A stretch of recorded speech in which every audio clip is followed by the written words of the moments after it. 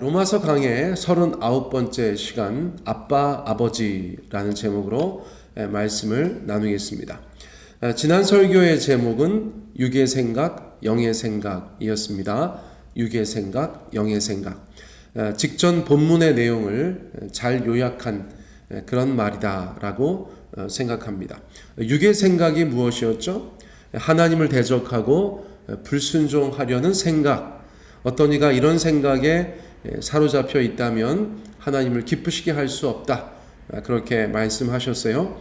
자, 영의 생각은 무엇입니까? 하나님을 사랑하고 순종하려는 생각. 누구든지 이런 생각에 사로잡혀 있다면 하나님을 기쁘시게 할 수 있다. 성경이 그렇게 말씀해 주셨습니다. 그런데 이러한 선한 일은 오직 성령 하나님의 역사와 도우심 가운데 가능하다. 그렇게 말씀드렸었어요. 자, 그리고 나서 오늘의 본문들, 오늘의 구절들이 이어지고 있습니다. 자, 12절과 13절을 함께 읽어보겠습니다.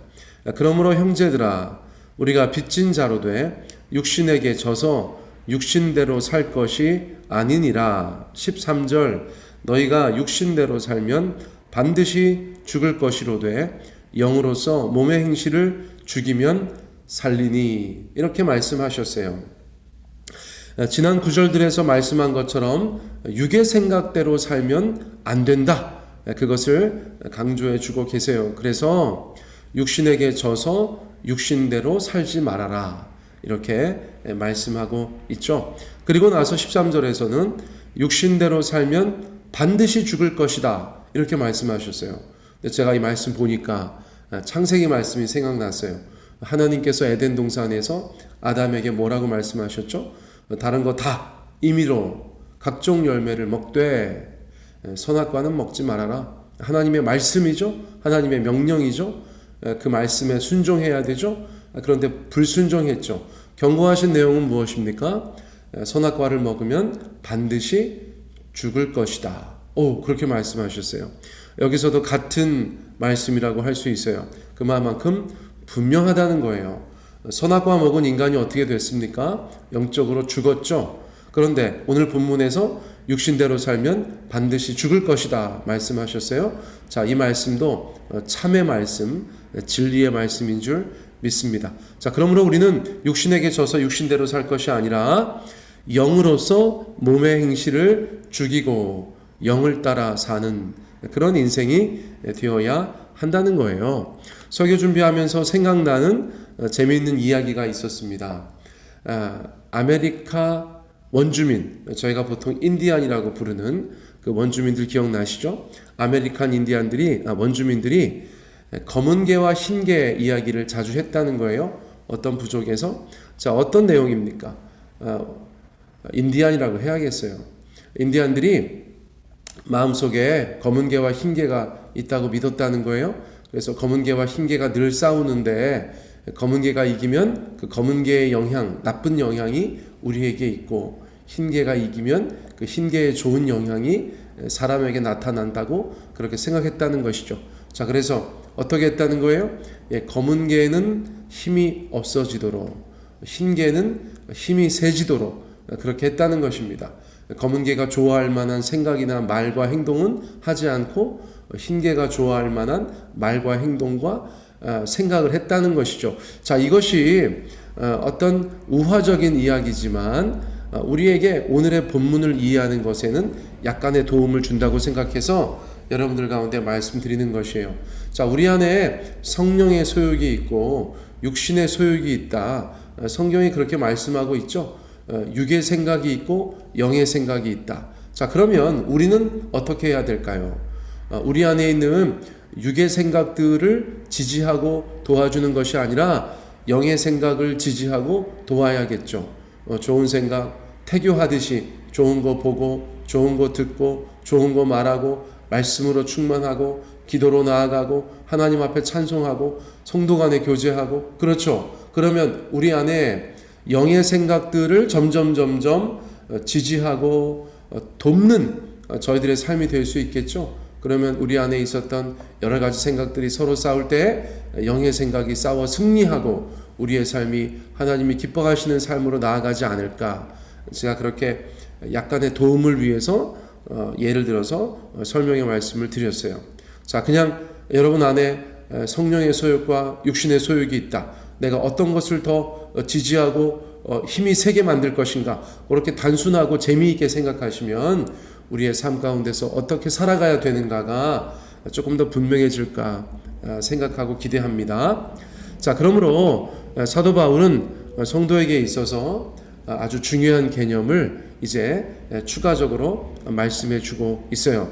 저는 이 본문 말씀을 보면서 믿는 자라면 반드시 이해해야 되는 개념들이 있구나, 그런 생각을 하였어요. 자, 지금부터 한 10분 정도 여러분 정말 귀를 쫑긋 세우시고 마음의 문을 여시고 제 말씀을 잘 들으시면 좋겠어요. 자, 14절과 15절 말씀 연이어 읽겠습니다. 무릇 하나님의 영으로 인도함을 받는 사람은 곧 하나님의 아들이라. 너희는 다시 무서워하는 종의 영을 받지 아니하고 양자의 영을 받았으므로 우리가 아빠 아버지라고 부르짖느니라. 익숙한 구절이죠. 저희가 아바 아버지 어디서 많이 들었던 것 같죠? 바로 여기에서 나타나는 그런 말씀이었어요. 자, 그런데 여기에서 무엇을 말씀하기에 제가 중요한 말씀이다 그렇게 이야기하였는가? 예수 안에서 완전히 달라진 성도의 신분과 정체성을 말씀해 주고 있기 때문이에요. 자, 이 모든 것이 성령께서 우리로 하여금 예수님을 믿게 하였기 때문에 가능한 것이다. 또 달리 표현하면 우리가 예수님을 믿고 성령님을 모셨기 때문에 가능한 일이다. 그렇게 이야기할 수 있겠어요. 자, 무릇 하나님의 영으로 인도함을 받는 사람은 곧 하나님의 아들이다. 자, 제가 여러 차례 말씀드렸지만 의미상 성경에서 아들이라고 말하는 것은 1차적으로 아들이지만 오늘날 우리의 개념으로 생각하면 아들, 딸이다. 제가 말씀드렸죠. 자녀다. 그렇게 이해하시면 좋아요. 자, 어떤 의미가 있습니까? 그 안에 성령님을 모신 자는 누구나 하나님의 자녀다. 그리스도인들의 신분은 바로 하나님의 자녀다. 여러 가지로 말할 수 있어요. 하나님의 백성이다. 하나님의 종이다. 그렇죠. 그런데 로마서에서 가장 강조하는 그 개념은 바로 하나님의 자녀됨입니다. 하나님의 자녀됨. 우리의 정체성은 하나님의 아들, 딸이다라고 말씀해 주고 있는 것이에요. 사랑하는 성도님들, 우리가 이 믿음을 분명히 가져야 하는 줄 믿습니다. 하나님의 아들이다, 하나님의 딸이다, 하나님의 자녀다. 이 정체성이 우리에게 너무나 중요하기 때문이에요. 자, 앞서도 말씀드렸지만 이 놀라운 일이 어떻게 가능하게 됐습니까?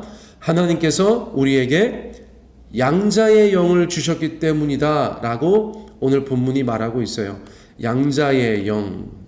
자, 쉽게 말씀드리면 하나님께서 우리를 입양해 주셨기 때문에 가능한 것이다. 아들, 딸이라는데 어떻게 아들, 딸인가? 어떻게 아들, 딸이에요? 생물학적으로 우리를 출생하셔서 우리가 아들, 딸 된 것이 아니고 우리를 입양하셔서 아들, 딸 되었다. 자, 누가 그렇게 묻진 않겠지만 여러분들은 어떻게 하나님의 아들, 딸이세요? 그러면 뭐라고 대답해야 돼요? 저희는 입양되었습니다. 저희는 입양되었습니다. 그렇게 말하는 것이 정답이라는 것이에요. 저와 형제님을 아들로 입양해 주셨고 자매님들을 딸로 입양해 주셨습니다. 자, 그 결과 우리는 하나님을 한 아버지라고 부르게 되었고 서로를 향해서 형제요 자매라고 부르게 되었습니다. 그러니까 우리가 하나님을 아버지라고 부르게 되었는데 보다 더 친근하게 표현하였어요. 아빠 아버지라고 부르짖게 되었다고 오늘 본문이 말씀해주고 있습니다. 제가 이스라엘 방문했던 적이 있는데요. 저희 안내해 주셨던 선교사님이 어디 길거리에 가서 아빠 이렇게 하면 진짜 이스라엘 아빠들이 쳐다보니까 조심하라는 거예요. 발음이 거의 똑같아요. 아빠. 예. 그 사람들이 ABBA잖아요. 아빠. 그렇죠? 저희도 아빠 이렇게 얘기하잖아요.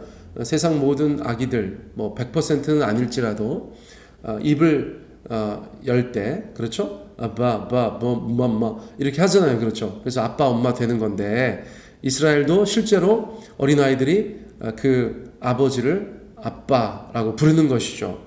그래서 로마서에서 말하는 바 아빠, 아버지는 굉장히 친근하고 가까운 그런 아버지인 거예요. 이것에 대해서는 내일 조금 더 말씀을 드리도록 하겠습니다. 자, 17절로 넘어가 볼게요. 17절.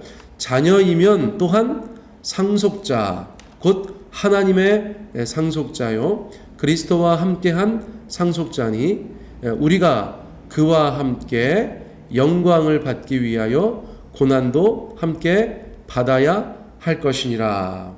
이렇게 이야기했어요. 우리가 하나님의 자녀가 되었음을 믿습니다. 그런데 그 자녀가 된 것이 앞서서 말씀드린 것처럼 출생을 통한 자녀가 아니라 입양을 통한 자녀였다는 것이죠. 그러니까 이 개념을 저희가 잘 이해하기 위해서는 어떻게 해야 돼요? 당시의 입양 제도를 알아야 한다는 거예요. 자, 로마 시대에는 입양이 적지 않게 이루어졌어요. 그러므로 로마서의 독자들은 저희들보다 입양에 대해서 훨씬 더 잘 이해할 수 있었다는 것이죠. 자, 어떤 내용들이 있었는가? 이런 내용들이 있었다는 것이에요. 먼저 입양은 주로 어떤 집에서 상속자가 없을 때 시행되었어요. 제가 가진 것이 있어요. 예를 들어서 제가 가진 것이 있는데 제가 누구한테 물려줄 사람이 없어요. 그러면 어떻게 한다는 것입니까? 입양하고 상속했다는 거예요. 입양은 어린아이들도 가능했고 뭐 청소년, 청년, 심지어 성인도 입양을 많이 했다는 것입니다. 당시에 로마 시대에. 그러니까 그렇게 어떤 상속자를 세우면 갑자기 그 사람, 내가 세운 상속자는 갑자기 엄청나게 많은 변화들을 경험하게 됐다는 거예요. 자, 여러분, 저희가 하나님의 상속자라니까 이 말씀 드리는 거예요. 그러므로 여러분들께서 한번 잘 보세요. 몇 가지 특권이 주어졌는데 먼저는 빚이나 채무가 변제받았다는 거예요. 빚이나 채무를 변제받았다는 거예요. 내가 어느 집에 입양되어 가면 그 사람의 상속자가 되면 나의 빚이나 채무가 변제되었다는 것이에요. 자, 두 번째는 양아버지께서 새로운 이름을 주었다는 거예요. 예전에 개똥이었다면 이제 뭐 남보현 이렇게 그럴듯한 이름을 새로 주었다는 거예요. 그리고 곧바로 상속자의 신분을 부여받았다는 것입니다. 새로운 이름이라는 것이 중요하죠. 그렇죠? 어쨌거나 아버지가 바뀌었으니까 이름이 달라지겠죠. 뭐 저희라고 해도 뭐 성이라도 달라지고 그렇죠? 자, 세 번째는 양아버지는 새로운 자녀를 위해서 모든 법적인 책임을 대신 지어주었다는 거예요. 자, 네 번째는 새로운 자녀인 상속자는 앞선 이유 때문에 양아버지를 공경하고 기쁘게 해드려야 하는 의무가 있었다는 것이에요. 자, 이게 별거 아닌 것 같지만 그냥 평범하게 살다가 어떤 분께서 자기를 상속자로 지정하고 양자 삼아 주시면 갑자기 빚이나 채무가 변제되고 새로운 이름, 새로운 신분을 부여받게 되고 모든 법적인 책임을 대신 져주는 법적인 보호자가 생기고 그것 때문에 나는 그 아버지에게 공경과 기쁨의 삶을 살아드려야 된다. 그런 의무가 발생한다는 면에서 로마서에서 말하는 상속자를 더 잘 이해할 수 있게 된다는 것이죠. 자, 바울은 우리가 하나님의 자녀 되었다는 것, 입양되어서 하나님의 자녀 되었다는 것을 그 로마 시대의 상속자 개념으로 설명해 주고 있다는 것입니다. 그러므로 우리는 이러한 사실을 이해하고 하나님께서 주신 그 영적인 변화들에 대해서 바로 믿어야 하는 줄 믿습니다. 우리가 상속자라는 것을 생각하고 로마 시대의 상속자를 공부해 보니까 여러분 굉장히 유사한 것들이 있죠. 첫째는 우리의 죄와 사망의 빚, 그 죄값을 하나님께서 변제해 주셨죠. 우리에게 새로운 이름을 주셨죠. 하나님의 아들, 딸로서의 새로운 이름을 주셨죠. 그리고 곧바로 상속자 신분을 주셨다는 거예요. 그리고 하나님께서 우리를 책임져 주시고 보호자가 되어 주셨다는 것이죠. 그러므로 우리는 마땅히 하나님을 공경하고 그분을 기쁘시게 해드리기 위한 삶을 살아가야 된다. 그렇게 심플하게 정리할 수가 있겠습니다. 자, 이것과 관련하여서 본문 내용 중에서 저희가 조금 더 살펴보아야 하는 중요한 내용들이 있기 때문에 오늘 동일한 본문을 내일 다시 한번 더 말씀으로 나누도록 하겠습니다. 물론 다른 관점에서 그렇게 말씀을 나누도록 하겠습니다.